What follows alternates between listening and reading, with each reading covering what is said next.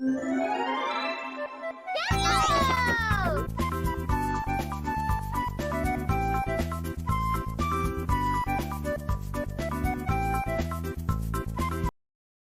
starboard approach! The holy angels descend! Take up arms, my brothers and sisters, for the day of ascension is upon us! The Imperium within 40k is no stranger to rebellions and uprisings within its borders, ranging from understandable revolutions against the Imperium's tyranny, chaos uprisings from the forces of chaos worming their way into Imperial civilian sectors, or, religious revolts getting out of hand because they can't agree on having tacos on Tuesdays or Fridays. However, there is a group that continues to be a massive problem, not just for the Imperium, but any growing empire or world: the Genestealer Cults. The Genestealer Cults were introduced in Warhammer 2nd Edition as a small playable faction within 40k, but they wouldn't be a full independent army until 2016, near the end of 7th Edition. The Genestealer Cults within the universe are a horror and a tragedy. Innocent civilians are infected by the Tyranid creature known as a Genestealer, who alters the mind and DNA of its host to serve the hive mind, who then go on to infect their fellow people and create a cult that weakens the defenses of their world through sabotage, uprising, and full military coups. I say this is a tragedy because the Genestealer Cults are also victims of the Tyranids, just as much as those they're fighting. If their plans succeed, then when the Tyranids arrive, they are mortified to learn that their saviors, or gods, have come to eat them, not save them, with many either fighting or being mind-controlled to willingly walk into the jaws of the Tyranids to be added to their growing biomass, unable to stop their bodies from being dissolved, with any survivors who manage to escape repeating the process somewhere else, as the hive mind makes them believe that it was a freak accident or mistake. But how do Genestealer cults work? How does a Tyranid combat form create such an insidious group? And how do they infiltrate society when they look like this? Well, allow me to explain how the cults work and why your partner now has 3 hands. Just a reminder though, these are cults that are meant to die, hence why, like the Tyranid video, this is more explanation than history. Now, how does a Genestealer cult start? Well, it first starts with the humble Genestealer, whether it be hiding on a space hulk within the wilds of a world it infiltrated, or on the battlefield during a Tyranid invasion. The Genestealer is as much an infiltrator as it is a combat form, and is able to act independently of the hive mind when it needs to. Here, though, the Genestealer has been assigned the task of finding, isolating, and infecting a host, which it will do by finding a group of humans, or any other species, and just waiting.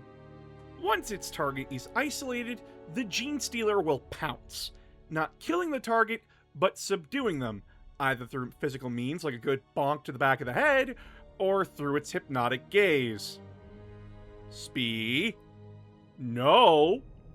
Down. Okay. Once the target is subdued, the Genestealer will go on to infect the individual through their tongue. Yes, I see you monster fuckers in the back. Back to the banishment with you. The Genestealer will use it to infect their target. This Genestealer's kiss will change the host's DNA slowly, and once that's done, the Genestealer will send the infected person back to their group, none the wiser as to what happened, or just leave them for their group to find. This is where the Genestealer cult begins, with this individual. The infected individual is completely unaware of what transpired, and goes about their life like nothing happened.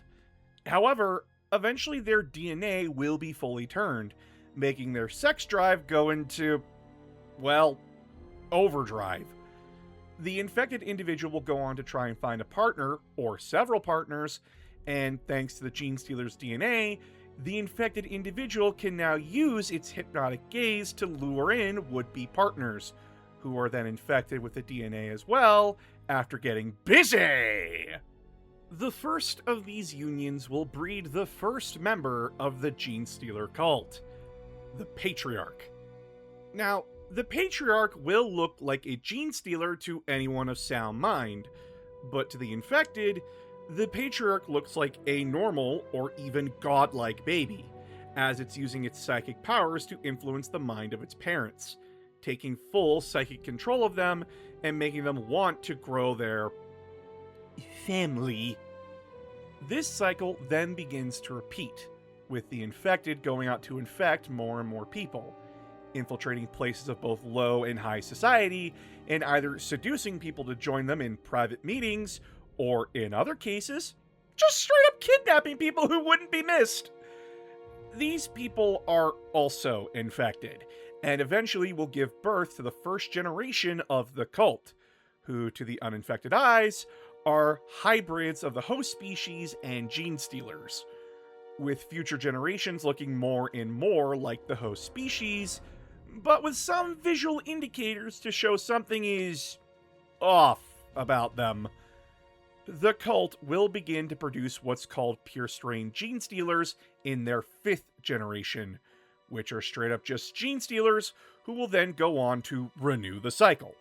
Now, after a couple of life cycles, having members infiltrate their society from menial jobs, military units, and places of government, a Genestealer cult will begin to sabotage their homeworld, as the now full-grown Patriarch uses its power to spread a belief amongst its family that their god is coming to save them, or that it's time to start fighting back against the oppressive empire that forces them to hide in the shadows. The cultists who infiltrated their society will begin to collect weapons, sabotage important defenses, assassinate leaders who can't be infected, and recruit the downtrodden people and rally them in protests that turn to riots. All of this leads to what is called Ascension Day, the day where the Patriarch is told by the hive mind that a hive fleet is close, and that it's time to rise up. The cult will begin its uprising in fast and devastating assaults, destroying key sectors that will cause the uninfected civilians to panic, cutting off, isolating, and wiping out military units that they couldn't infiltrate, destroying anything that could impede their progress, like anti-air orbital guns, and finally wiping out any way to get communications off-world. Once the cult has successfully completed all of its objectives, they will happily sit and wait for their saviors to arrive, hoping to spread liberation and freedom to the next world. Except, as I said before, that's not on the docket for them. The Tyranid fleet that approached the planet gets into orbit. The cult, who I remind you is made up of regular people who were tricked or were unknowingly infected, are shown the horror of what they have done. As the planet's defenses are destroyed, and with no way to call for help, the cult will either try to put up some fight with what they have left, or will be mind-controlled by their Patriarch to walk silently into the jaws of the Tyranids. Any who do resist are usually cut down by their one-time family members, the Pure Strains. However, the hive mind knows that it can do this again, making sure that a handful of cultists either get off-world before Ascension Day, or some escape the invasion as refugees, with their minds altered to believe they had nothing to do with what had happened, and that their god or liberators are still out there, going on to the next world to repeat the cycle anew. Now, let's get into how a cult is organized and the generations in specific. As I said before, a cult will be started by the initial infected parents who give birth to the Patriarch, a Genestealer who, once fully grown, is extremely powerful, twice as tall as a Space Marine, and with the physical strength to crush Orgrins, who are themselves extremely tough and powerful. The Patriarch is also a powerful psyker, who will mentally dominate their parents into becoming leaders in this new cult, and to go find new recruits for their family. The first round of infected will give birth to the first generation of Genestealer cultists, known as acolytes. Acolytes are mutant hybrids who resemble Genestealers more than their host species, usually being the closest members to the Patriarch. The acolytes are extremely aggressive, cold, and powerful, but also intelligent, as they are able to use machines and complex tools with ease. The first generation is the most loyal to the Patriarch, and are given the most important tasks of the cult's inner workings. The second generation, born from the acolytes, will begin to resemble their host species more, but still look a bit like Genestealers. Nothing notable here outside of the higher likelihood of abominations, called aberrants or abominants, being born here, which are individuals who are born with increased strength and durability, but at the cost of mental function, making them little more than savage beasts and shock troops for the cult that need to be contained until they are needed in battle. The third and fourth generations are called neophytes. These generations resemble the host species almost perfectly, though some still have obvious mutations, like bumps on their forehead, elongated heads, or some other physical change. These mutations are either hidden or are considered fine within the society that they live in. The neophytes will infiltrate their society, taking on jobs like miners, construction workers, factory workers, teachers, and if they can, they will usually try to infiltrate the highest government positions, either marrying themselves into the royal or noble families, or being elected to the positions. These are usually where leaders of the cult will pop up, like the cult psyker called a magi, or a military tactician/warrior called a primus. The fourth generation will then inevitably give birth to the fifth generation, the pure strains. Pure strains are literally just Genestealers, as this is the natural life cycle of the species. They don't need the hive fleets to make them like the other Tyranid combat forms do. These pure strains usually stay hidden within the deepest depths of the cult's base, and are sent out only to kidnap more potential hosts or infiltrate ships that are leaving the planet to begin the cycle anew somewhere else. When the Tyranid hive fleet arrives, the pure strains will turn on their family without mercy, as they are loyal to the hive mind first and foremost. Now, let's talk about the leaders or specialty units within the cult. As I said, the middle generations will usually spawn specialized members who take on different tasks within the cult. Let's start with the Primus. The Primus is a military commander and one of the best combatants within the cult. Their skills, both on and off the battlefield, are second to none. They are kept away from society, the Patriarch and the cult leaders wanting them to hone their craft, so when the uprising happens, they will be ready. They are given some of the most deadly weapons the cult can get their hands on, or in some cases, smaller versions of the Tyranid Hive Tyrant's Bone Sword. Next up is the Magus. Now, Magi only appear in species with psychic potential, but when they do appear, they act as the face of the cult, using their psychic gifts to make themselves look and sound extremely charismatic to the unwitting populace they're preaching the cult's message to. These magi make sure to formulate their speeches carefully so as to not alert the authorities. So you will see magi take on the form of priests, political leaders, or just leaders of political movements, as Maguses is the closest to the Patriarch, usually being the second in command of the cult. Next up is the Abominant, a colossal mutant within the cult who is mutated further through experimentation or through repeated doses of the Genestealer's kiss. These monsters are made leaders of their fellow aberrants, being seen as blessed figures by the cult at large, but in actuality, due to their mutations, it has left them dim-witted and extremely violent. Anyone who isn't careful will usually get crushed underfoot by these things, whether they be friend or foe. After these three, the cult usually has further specializations, varying forms of specialized assassins, scientists, tacticians, and saboteurs. These forms, though, usually only show up in the third or fourth generations, and are usually performing their duties near the Patriarch, or are out in the field cleaning up any and all problems that need to be cleaned up. Don't let their appearances fool you, though. Most of them are capable of taking out even the most veteran Space Marines or any other equal to them. Now, let's talk about the most commonly seen cults before we wrap up.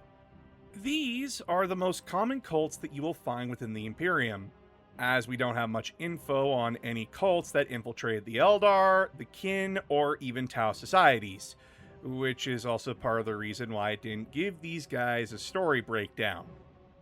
First up, the Cult of the Hive. This cult's unique gimmick is centered around discipline and working together in tight formations, usually having a more militaristic approach when it comes to organizing themselves. This rigid discipline and training makes most of the members of the Hive cult able to react to changes on the battlefield on the fly and adapt to newer threats quickly. You will see this cult commonly among the Imperial Guard. Next is the Cult of the Four-Armed Emperor. This cult prefers fast and hard melee shock assaults, as their initial founding was from a mining world. This group prefers to hide in the shadows, growing their strength until their numbers are large enough to swarm their enemies through pre-dug tunnels in ambush positions. They are absolute savages on the battlefield and are infamous among the Imperium's Death Watch. After that is the Cult of the Twisted Helix. This cult has a weird obsession with improving their fellow cultists through genetic augmentation, experimenting on their fellow cultists to improve their strength, speed, and intelligence. Some come out far more improved than the Genestealer's DNA could ever improve them, while others become freakish mutants or die on the table. This group is usually seen with more aberrance than the other cults. Next up is the Cult of the Pauper Princes. This cult is characterized by their extreme zealotry in their beliefs, with even the lowliest neophyte being extremely devoted to the cult. Many who encounter them will find a force of mad and borderline insane units, who will rarely run from battle. This cult is extremely notable, as they even managed to infiltrate Terra and give the Custodes a massive headache, and it's not entirely clear if the cult was wiped out or escaped from the Custodes. Last but not least is the Cult of the Bladed Cog. This cult is usually seen on Forge worlds or worlds with factories on them, specializing in guerrilla warfare more than the other cults. These cultists mastered the art of luring enemy units into kill zones and ambushing them. They have access to some of the best ranged weaponry due to the work in the forges that make them. However, due to them being from mostly Mechanicus Forge worlds, they have adopted the Mechanicus unique idea of steel over flesh, hence why you'll see cult members having mechanical augmentations. Now, let's wrap this up. The Genestealer cults have been a thorn in the side of every faction within the 40k universe. They can infect any race, and although the cults struggle to infiltrate Eldar and Orc societies, it isn't impossible for them to do so. Along with the Fourth Tyrannic War, the infestation of cults has only increased over the years to numbers the Imperium has never seen before. Even the Tau's expansion forces struggle to fight them, as they can't tell who is a friend and who is trying to sabotage them. Now, there is a way to stop a cult from spawning. The Genestealer's Kiss is something that can be surgically removed or chemically destroyed without harming the host. However, it is an extremely difficult procedure, and only the most elite or advanced forces with any given faction can really handle it. And that's only if you're able to catch it in time and convince the infected person that something is wrong with them. Otherwise, you have to kill them to make sure the infection doesn't spread. When fielding a Genestealer Cult army, you are playing a force that wants to ambush its enemies, as your units outside of the Aberrants are extremely squishy. Your army gets a natural ability to infiltrate any unit you want, and if an infantry unit is wiped out, you can replace them, forcing your opponent to play a war of attrition with you as you have units popping out of hidden positions and then running away to do it again. You also get the unique privilege to include Imperial Guard units in your army, but only if you take the Brood Brothers detachment, But this means you can get heavier vehicles and better ranged units to support your army. The Genestealer cults are just as much victims of the Tyranids as anyone else. The corrupting influence of the hive mind tricks them into uprising, or literally takes their free will away. It uses social, economic, and other issues to gain more followers, and then once the uprising is done, it's a free buffet for the Tyranids with little to no resistance left to challenge them. The survivors end up so brainwashed that they continue the process somewhere else. Truly, it's a shit deal to be a Genestealer cultist. Now that that's done, and with my internet finally being fixed, we can finally get back to streaming on Twitch and YouTube again. Links in the description, of course. And if you want to watch my content early, join the Patreon. It's only $5 a month, and you get access to special series covering units from Battletech and 40k, along with a new series going over Space Marine chapters. But if you can't join, don't sweat it. Just subscribing, liking, and sharing the video is more than enough to help keep food on the table. Probably a good thing, because I think this video might get demonetized. But until then, everyone, I'll see you all next time when we talk about the Adeptus Mechanicus.